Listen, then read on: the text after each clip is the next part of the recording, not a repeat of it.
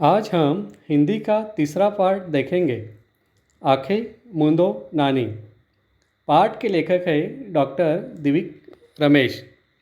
प्रस्तुत पाठ में लेखक ने छोटे छोटे बच्चे में भी प्रतिभा होती है तथा वे कल्पना के पंख लगाकर ऊंची उड़ान भर सकते हैं, ये बात कही है। प्रस्तुत पाठ में दो पात्र हैं, डोलू तथा नानी। डोलू ने हंसकर कहा, नानी आप चाहे तो मैं पहाड़ ला सकती हूँ। और यहाँ पर डोलू ने हंसते हुए अपनी नानी से कहा कि यदि आप चाहे तो मैं पहाड़ ला सकती हूँ। उसकी बात सुनकर नानी चौंकी, सोचने लगी, अरे यह लड़की है कि तूफान, पता नहीं इसके दिमाग में क्या चल रहा है। फिर बोली, लेकिन कैसे? क्या तुम्हारी कोई परी दोस्त है जो मदद करेगी? और इस तरह से डोलू की बात सुनकर नानी आश्चर्यचकित होती है और सोचने लगी कि यह लड़की है या तूफान है, पता नहीं इसके दिमाग में या मन में क्या चलता रहता है। फिर नानी बोली, लेकिन कैसे? क्या तुम्हारी कोई दोस्त परी है जो तुम्हें इस काम में मदद करेगी? क्योंकि सामान्य मनुष्य ऐसे कारनामे नहीं कर सकता। हाँ नानी, डोलू ने जवाब दिया, है ना मेरी परी दोस्त, एक नहीं कई। और यहाँ पे डोलू ने झट से जवाब दिया कि हाँ, मेरी एक नहीं अनेक परियां दोस्त है। अच्छा, नानी ने आश्चर्य से आंखें फैलाई, पर तुझ पर विश्वास कौन करेगा? कंप्यूटर के इस ज़माने में किस तरह की बातें कर रही हो? नानी ने डोलू से कहा कि ठीक है, इस कंप्यूटर के ज़माने में तुम्हारी बातों पे कौन विश्वास करेगा? नानी आप तो मेरी बात मानती ही नहीं। मुझे परियां अच्छी लगती है, वे मेरी दोस्त है। और यहाँ पे डोलू नानी से कहती है कि आप तो कभी मेरी बातों पे विश्वास करती ही नहीं, लेकिन क्या है, परी मेरी अच्छी दोस्त है। अच्छा, क्या तुम्हारी परी पहाड़ उठा सकती है? नानी ने बात टालने की नीयत से पूछा।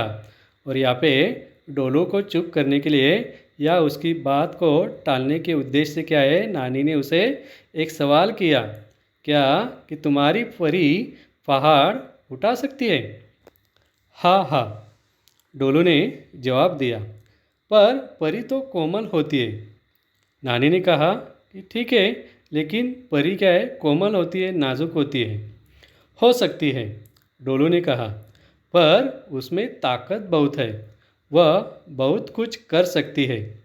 एक बार मैंने परी दोस्त से कहा कि धरती पर खड़ी खड़ी तारा छुओ। परी ने मुझे गोद में उठाया और लंबी और लंबी लंबी और लंबी होती चली गई और पहुंच गए हम तारे के पास। मैंने तो खूब खूब छुआ तारे को, उनके साथ खेली भी। डोलू ने नानी से कहा कि परी सब कुछ कर सकती है। और एक बार परी ने क्या किया कि धरती पर खड़ी खड़ी उसने आकाश के तारों को छुआ। परी ने मुझे गोद में उठाया और वह लंबी लंबी होते हुए आकाश के तारों तक पहुंच गए। हम तारे के पास गए और डोलू नानी से कहती है कि मैंने तो खूब खूब छुआ तारे को और तारों के साथ मैं खेली भी। नानी को लगा कि कहीं डोलू की बात सच तो नहीं है। पूछा, और क्या क्या था तारे पर? और इस तरह से अब नानी को डोलू की बातें अच्छे लगने लगे और नानी अभी ध्यान से उसको कुछ सवाल करते जा रही है। और नानी ने उसे सवाल किया है कि और क्या तारे पर और क्या है? डोलू को इस बार नानी की बात अच्छी लगी। उसने उत्साह से जवाब दिया, तारे पर बड़े ही लंबे लंबे बच्चे थे, बांस जैसे। नीचे खड़े खड़े ही पहली मंजिल की छत से सामान उतार सकते थे। इससे भी मज़ेदार बात यह है कि उनके माता पिता कद में बौने थे। और इस तरह से डोलू को इस बार नानी क्या है बातें ध्यान से सुनते हुए उसको दिखाई दिया, और वह खुशी से डोलू ने जवाब दिया कि तारे पर बड़े क्या है लंबे लंबे बच्चे थे बांस जैसे, और वह इतने लंबे हैं कि धरती पर खड़े होकर ही वह क्या है पहली मंजिल की छत के सामान उतार सकते हैं। इससे भी मज़ेदार बात यह है कि उनके माता पिता जो है वह बौने थे, मतलब छोटे कद के हैं, नाटे हैं। नानी इस बार सचमुच चौंक गई थी, और नानी क्या है इस बार उसकी बातें सुन के सचमुच ही आश्चर्यचकित हो गई थी। हाँ, मुझे भी अचरज हुआ था नानी, डोलू ने भी कहा। डोलू ने कहा कि मैंने जब परी से ये सुना तब मैं भी आश्चर्यचकित हुई थी। परी दोस्त ने बताया कि तारे की धरती और हमारी धरती में अंतर है। तारे की धरती पर आयु बढ़ने के साथ कद छोटा होता है, धरती पर बड़ा। और परी दोस्त ने उससे आगे कहा कि धरती और तारे की धरती में क्या है अंतर है। तारे की धरती पर उम्र के साथ साथ आयु के साथ कद छोटा होता है, लेकिन धरती पे क्या है कद बड़ा होता है, वैसे उम्र भी बड़ी होती है। और क्या वह बोलती भी थी? तूने बात की? नानी ने पूछा। हाँ हाँ नानी, खूब बातें की, पर मैं आपको बताऊंगी नहीं। अरे मैंने तो परी को नदी उठाकर आसमान में उड़ते भी देखा है, डोलू ने बताया। नानी ने यहाँ पे डोलू से सवाल किया है कि परी बातें भी करती थी, कभी तुम्हारे साथ उसने बातें की है? तो डोलू ने कहा कि हाँ, हम खूब बातें की है। और एक बार फिर परी ने उससे कहा,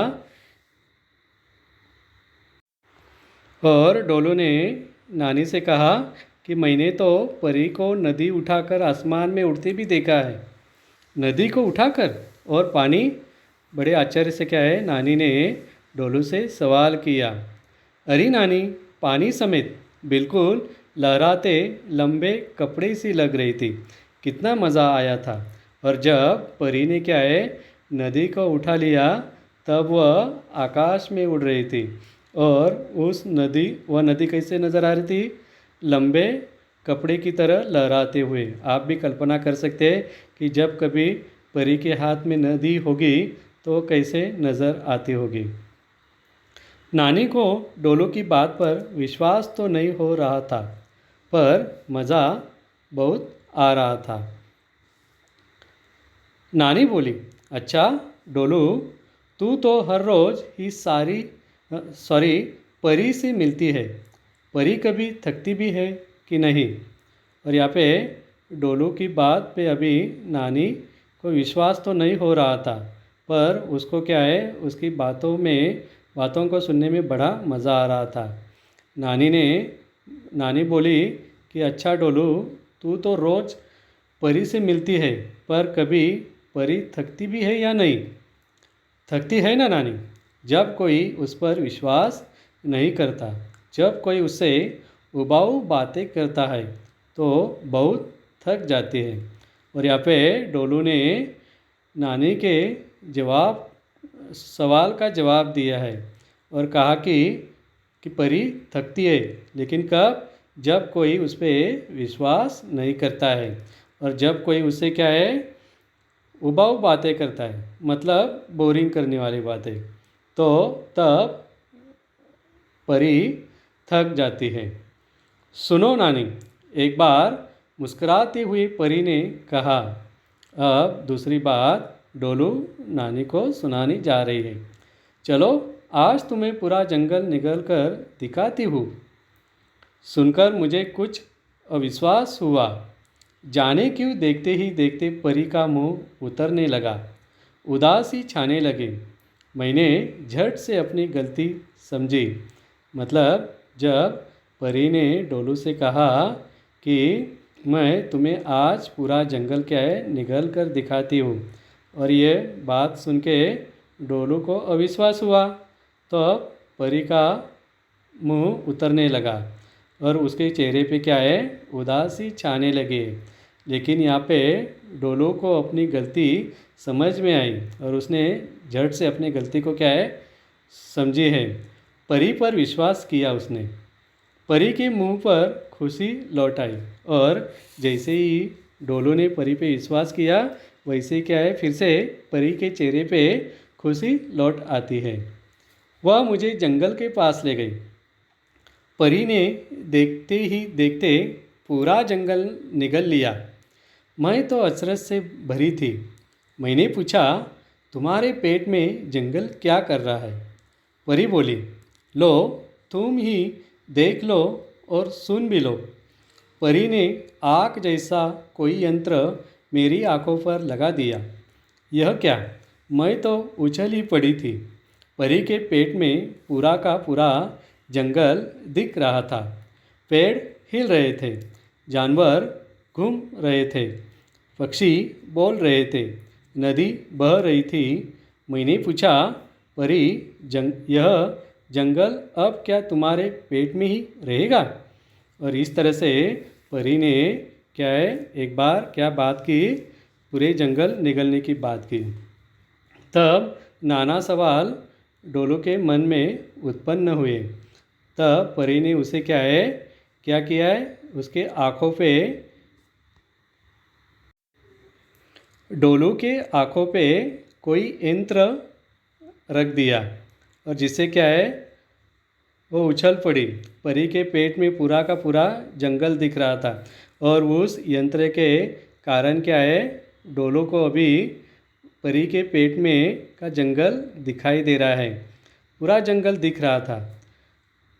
जंगल के सारे पेड़ हिल रहे थे, जानवर इधर से उधर घूमते हुए नज़र आ रहे थे, पक्षी बोल रहे थे तथा जंगल में जो नदी है वह बह रही थी। डोलू ने परी से पूछा, यह जंगल अब क्या तुम्हारे पेट में ही रहेगा? तो इस तरह से परी और डोलू की बातें नानी सुनते जा रही है और डोलू एक एक करके नई नई बातें नानी को सुनाते जा रही है।